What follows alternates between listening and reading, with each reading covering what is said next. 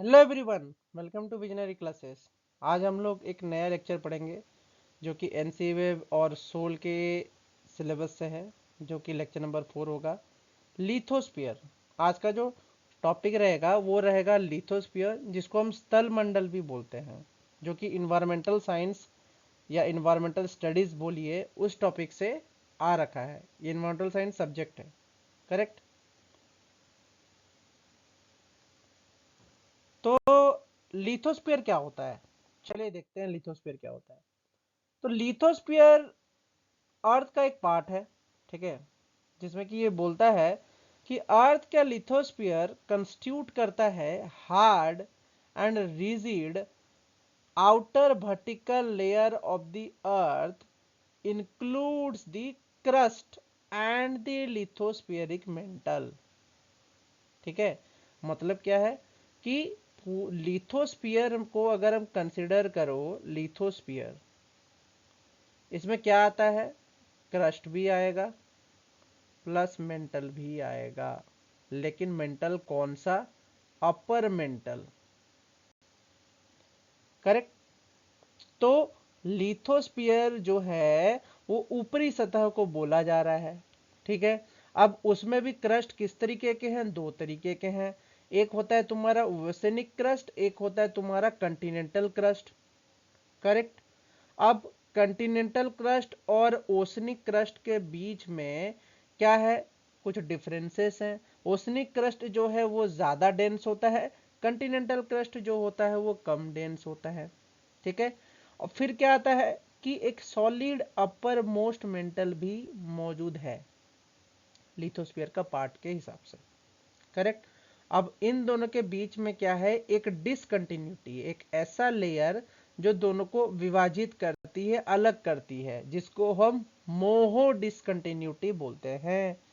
जैसे ही आप लिथोस्फीयर से नीचे जाओगे आपको एक जोन मिलेगा जिसको आप सबडक्शन जोन बोलते हो, जहां से क्या होता है, ओशनिक क्रस्ट जो होता है ज्यादा डेंसिटी होने की वजह से वो अंदर की तरफ धस जाता है कंटिनेंट के नीचे, ठीक है। तो ओशनिक क्रस्ट धसने की वजह से क्या होता है कि ये नीचे का जो जगह है वो भर जाता है और ऊपर वोल्केनिक इरप्शन शुरू होता है, और उसके वजह से यहाँ पे वोल्केनिक आर्स का फॉर्मेशन होता है। ये पूरा प्रोसेस है।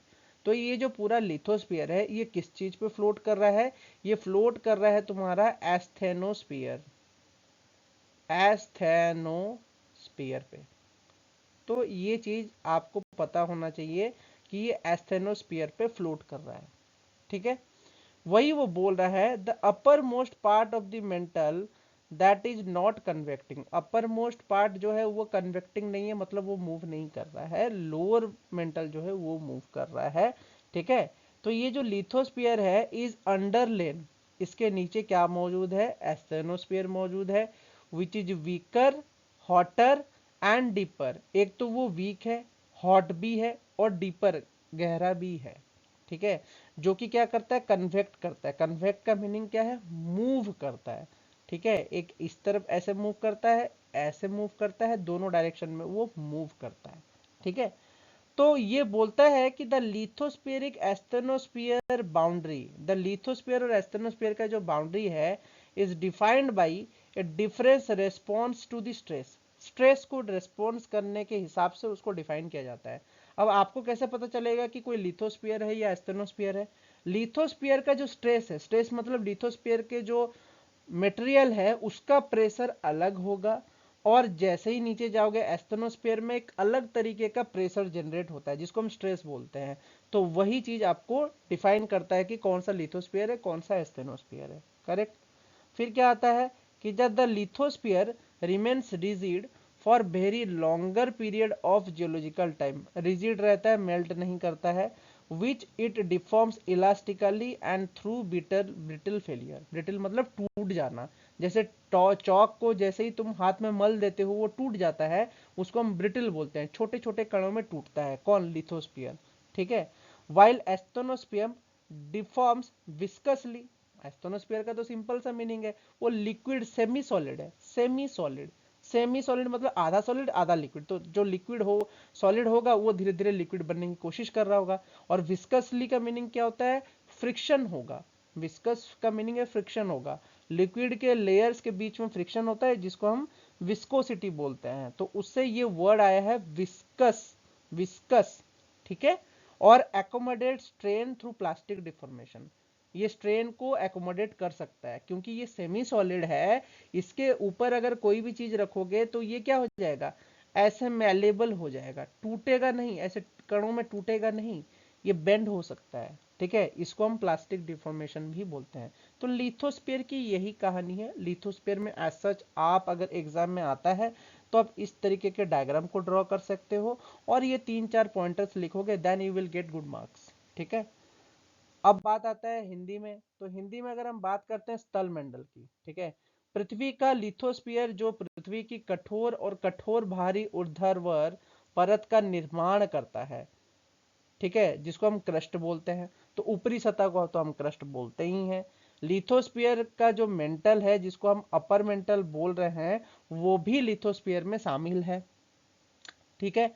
स्थल मंडल एस्थेनोस्फीयर के नीचे के स्थित है, ठीक है। स्थल मंडल जो है उसके नीचे क्या स्थित है, एस्थेनोस्फीयर, ठीक है।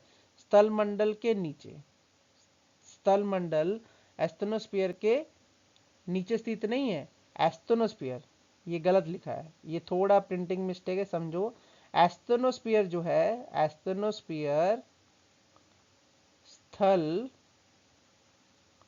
मंडल के नीचे है, ठीक है। स्थल एस्थेनोस्फीयर स्थल मंडल के नीचे है, जो कि ऊपरी मेंटल कमजोर है, जिसके वजह से ऊपरी मेंटल जो होता कमजोर होती है, ठीक है, गर्म भी होती है और गहरा हिस्सा होती है, ठीक है, जो कि संवहन करने में सक्षम है। संवहन मतलब वही कन्वेक्शन, मूव करने के लिए, इधर उधर मूव करने के लिए वो सक्षम है, ठीक है।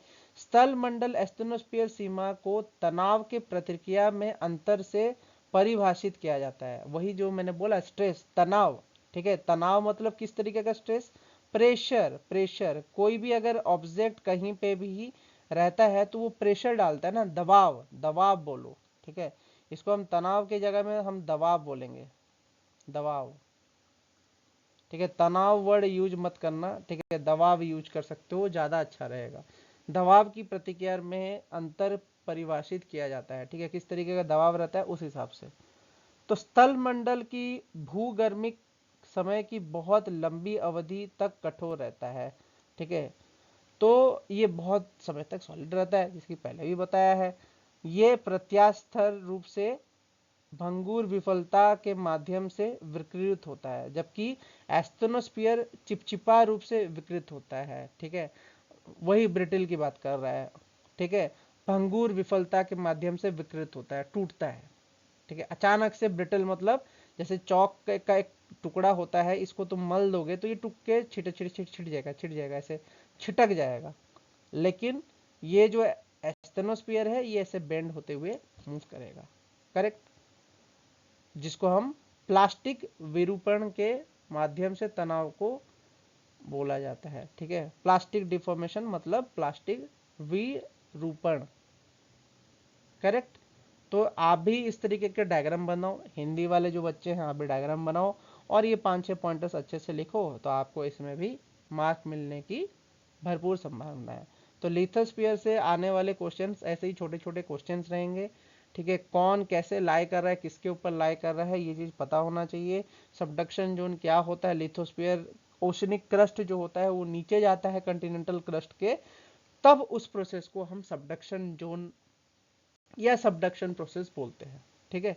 इस चीज के बारे में आइडिया होना चाहिए, तब आप इस क्वेश्चंस को बना पाओगे, ठीक है। All the best, have a nice day.